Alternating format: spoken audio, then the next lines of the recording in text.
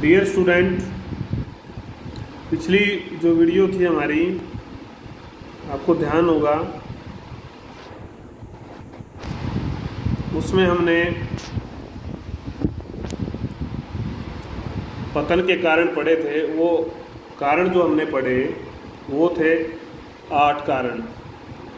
दोबारा से मैं आपको ध्यान दिला दूँ, बीए सेकंड सेम हिस्ट्री का आपका ये लेसन दिल्ली सल्तनत का पतन विघटन 8वां लेसन है, वीडियो संख्या 4 है।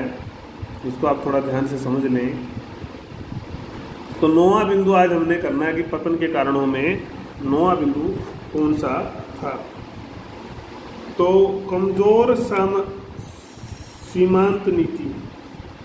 सीमांत नीति कमजोर थी। ऐसे क्या कमजोरी थी उसको समझेंगे हम। आपको पता है कि जो उत्तर पश्चिमी सीमांत जो क्षेत्र था उससे ही ज़्यादातर हमले होते थे और उससे लगातार इन शासकों को भी चुनौती मिल रही थी। तो उस चुनौती की अगर हम बात करते हैं तो इसका ध्यान केवल बलबन और अलाउद्दीन खिलजी ने ही रखा। बलबन व अलाउद्दीन ने ध्यान देकर जवाब जो है इस चुनौती का हमें दिया। इन्होंने मंगोलों के आक्रमणों का जो भय है, इस ओर से खासकर मंगोलों के जो आक्रमण थे उसका भय सदा जो है बना रहता था। यह इतनी बड़ी समस्या थी कि सल्तनत खतरे में हुई। इसकी वजह से बड़ी समस्या थी, बड़ा खतरा था ये। समाधान के लिए बस ये 2 शासक ही आगे आए और अन्य शासक नहीं आए। तो इसके कारण से कई बार आक्रमण होते तो राज्य कमज़ोर होता।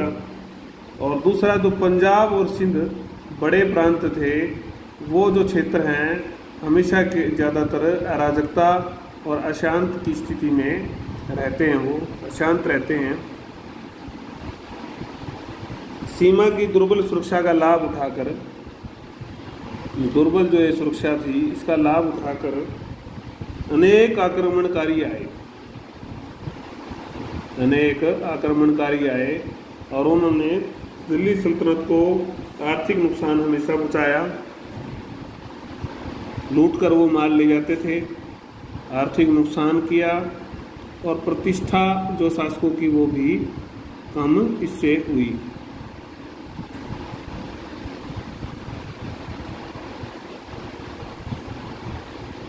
ठेस लगती थी। और इसका लाभ जो है सीमा क्षेत्र की विघटनकारी शक्तियों ने उठाया। उन्होंने सत्ता को चुनौती दी। शासक बाह्य तौर पर सीमा की रक्षा नहीं कर पाया तो आर्थिक स्थिति भी संभालने में उसको दिक्कत आती। इस तरह से राज्य का पतन हुआ। विदेशी आक्रमण ये भी बहुत ज़्यादा घातक जो है इस सल्तनत के लिए रहे। इनकी कमज़ोर सीमा नीति का लाभ उठाकर ये आसानी से प्रवेश, अभी सीमा नीति के बारे में पढ़ा हमने, आसानी से ये प्रवेश कर जाते थे। केवल सीमा क्षेत्र की ही नहीं बल्कि राजधानी तक भी ये आ जाते थे, प्रवेश करते।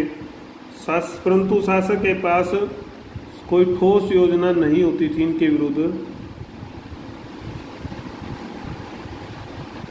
इसी कारण से 1398 में तैमूर ने दिल्ली पर अधिकार कर लिया था।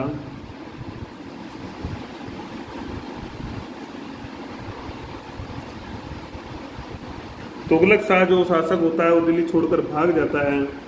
तो तैमूर ने इसके बाद जिस प्रकार की लूटमार की उसको आज तक वो मतलब उस शख्स को पहुंचाई जो लूटमार की नुकसान हुआ। दिल्ली सल्तनत के अंत तक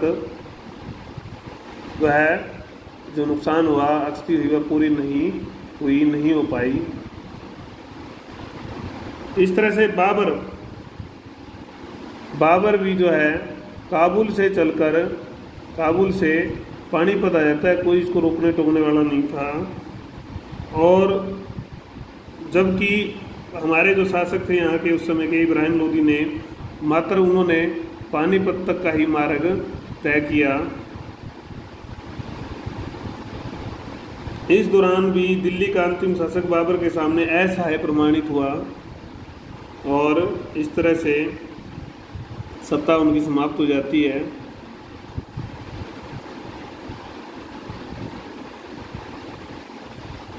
और पूरी दिल्ली सल्तनत का अंत होकर नए वंश की स्थापना हो जाती है। जागीर प्रथा किसी भी प्रशासनिक, सैनिक अधिकारी, अमीर, कोई भी जो भी होता था जागीरदार, सामंत को सरकारी सेवा के बदले जो वेतन मिलना चाहिए था उसकी बजाय क्या दी जाती थी? भूमि देने की प्रथा। भूमि देने की जो प्रथा वो जागीरदारी या जागीर प्रथा कहलाती थी। दिल्ली सल्तनत के प्रारंभ में ही ये आरंभ हो गई थी। कई नुकसान इसके हुए।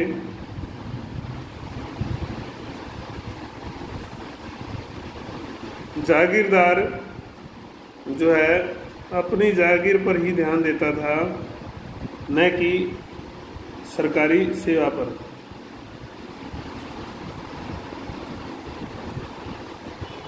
स्थानांतरण नहीं कर पाए, ट्रांसफर नहीं कर पाए जागीरदारों का।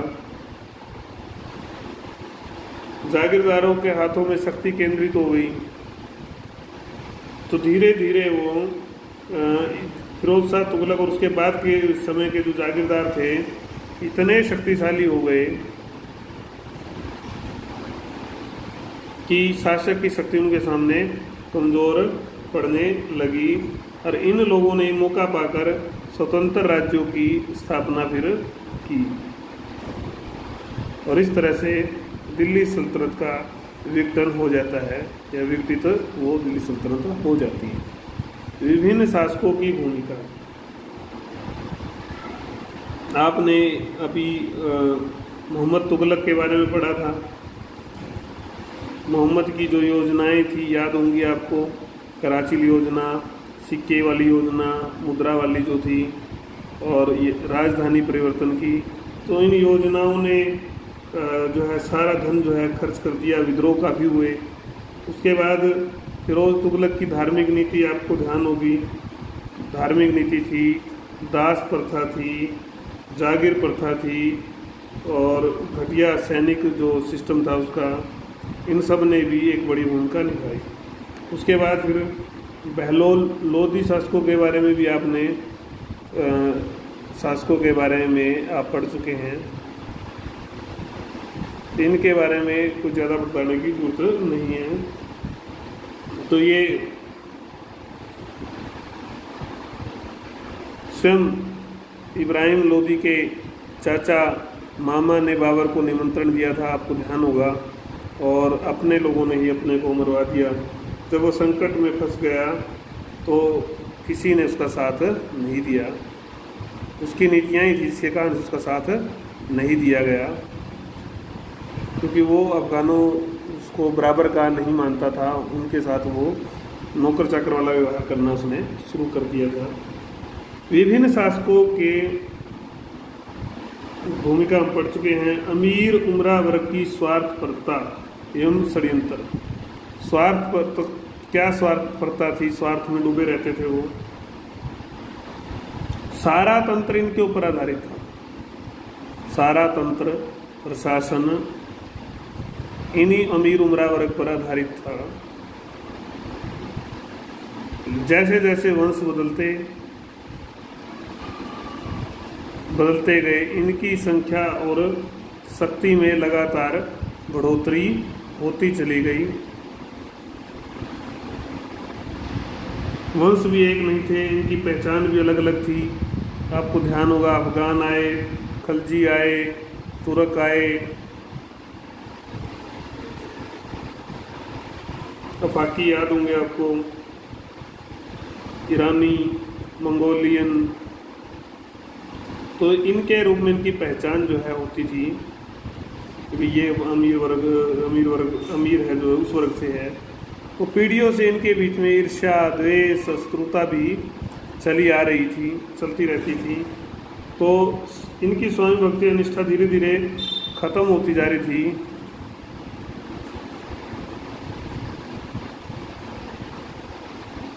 इनकी फूट व निष्ठा इनता से दरबार प्रशासनिक कार्यों का नहीं बल्कि षड्यंत्रों का जो है अड्डा दरबार बनते गए।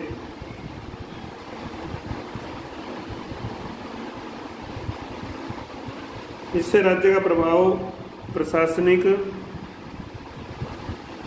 व सैनिक दृष्टि दोनों से ही कम हो गया। अन्य कारण सल्तनत के कमज़ोर अधिकारी, हम पढ़ के आए हैं अभी, कमज़ोर उत्तराधिकारी पिछली वीडियो में अपने पढ़ा था, उससे पिछली में कमज़ोर उत्तराधिकारी, मुख्य अधिकारियों, दासों, अमीरों, सबका जो है चारित्रिक पतन हो रहा था। राज्य ज़्यादा विस्तृत होना भी एक बड़ा कारण माना है। साधनों का, यातायात के, संचार के जो साधनों का अभाव भी एक बड़ा कारण इन्होंने माना है। प्रशासनिक भ्रष्टाचार ज़्यादा था। दूरस्थ जो प्रांत थे उन पर नियंत्रण न कर पाना,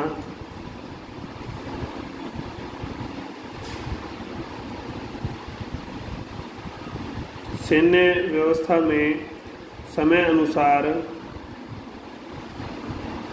परिवर्तन नहीं कर पाना, परिवर्तन न करना, तो ये सब कारण। इसके साथ ही अगर हम बात करें कि बाबर का तोप खाना, जो उधर से विरोधी पक्ष के पॉजिटिव थे, उसका नेतृत्व, योग्य नेतृत्व कहेंगे हम। इन सब कारणों से जो है मिश्रित स्वरूप ने, इन सब कारणों के मिश्रित स्वरूप ने दिल्ली सल्तनत को आखिर में समाप्त कर दिया। कुल मिलाकर जो इनका संगठन का ढांचा था, उस आधारशिला में, उस नींव में ही, आधारशिला में ही पतन के तत्व या बीज जो है छिपे हुए थे, रखे हुए थे। और आखिर में जो है सभी समस्याओं, सभी प्रकार की समस्याओं का उसमें समावेश था पतन के कारणों में। अब हम अति लघु प्रश्नोत्तर करेंगे इसके। वेरी वेरी इंपॉर्टेंट क्वेश्चन है और आपकी नॉलेज के लिए मैं बता देता हूँ, ये क्वेश्चन आपके असाइनमेंट का भी रहेगा। क्या? दिल्ली सल्तनत के पतन के कारणों, दिल्ली सल्तनत के पतन के कारणों पर एक निबंध लिखिए। तो ये आपने निबंध लिखना है। एक क्वेश्चन हो गया ये आपका इस असाइनमेंट का।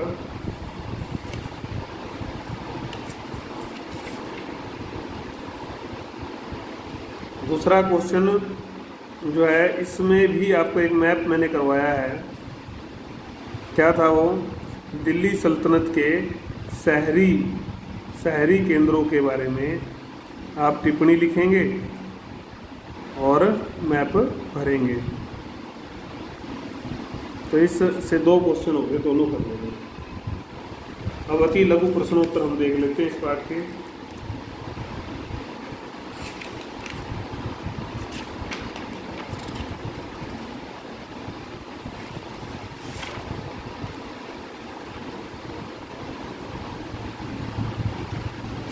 तो 28 प्रश्न है, बड़े सरल प्रश्न हैं, आपको आसानी से हो जाएंगे।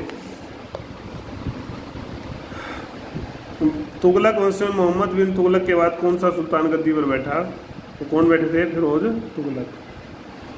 खिरात, ज़कात व खम्स क्या थे? दिल्ली सल्तनत काल के कार थे ये। टोपरा तथा मेरठ के, वेरी इंपॉर्टेंट है।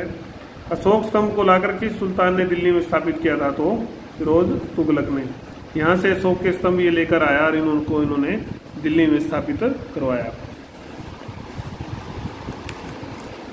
इनमें से अमीर खुसरो की कौन सी पुस्तक नहीं है? इसको छोड़ के लैला मजनू, तारीख दिल्ली, तुगलकनामा, ये तीनों इसकी पुस्तक है। कई बार ये पूछ लेता तुगलकनामा किसने लिखी? तो अमीर खुसरो ने। Very very important.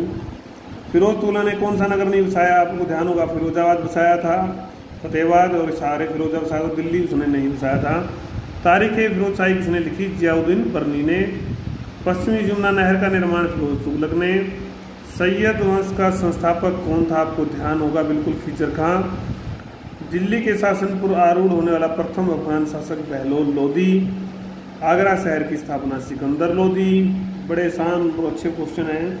लोदी राजवंश का अंतिम शासक था इब्राहिम लोदी। सरकी वंश की स्थापना जौनपुर में हुई। ये सारे क्वेश्चन हमने किए थे। लोदी की मृत्यु कहाँ पर होती है? पानीपत के तीसरे युद्ध, प्रथम युद्ध में। दिल्ली सल्तनत का अंत किसने किया? बाबर ने। इब्राहिम लोदी और मुगल शासक बाबर के मध्य पानीपत का प्रथम युद्ध 1526 में। तैमूर का आक्रमण 1398 में। फिरोज तुगलक का जो शासनकाल था वो था आपका 1351 से 1388। फिरोज तुगलक के दरबार का प्रसिद्ध विद्वान था जियाउद्दीन बरनी।